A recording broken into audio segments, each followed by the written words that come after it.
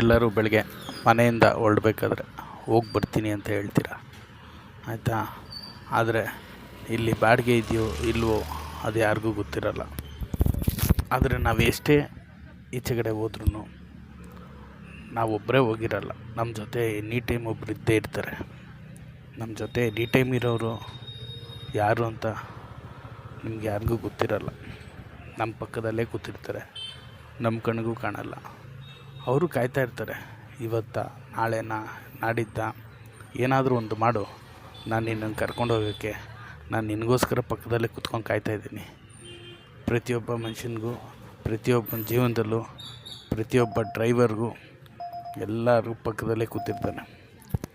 ಆದರೆ ಮನೆಯವ್ರಿಗೇನು ಗೊತ್ತು, ಹೋಗವನೇ ಗಾಡಿ ಓಡ್ಸೋಕ್ಕೆ, ಬರ್ತಾನ ಬರಲ್ವ, ಬಂದೇ ಬರ್ತಾನೆ, ದುಡ್ಡು ತಂದೇ ತರ್ತಾನೆ, ನೋಡ್ಕೊತಾನೆ ಅಂತ ಗೊತ್ತಿರುತ್ತೆ.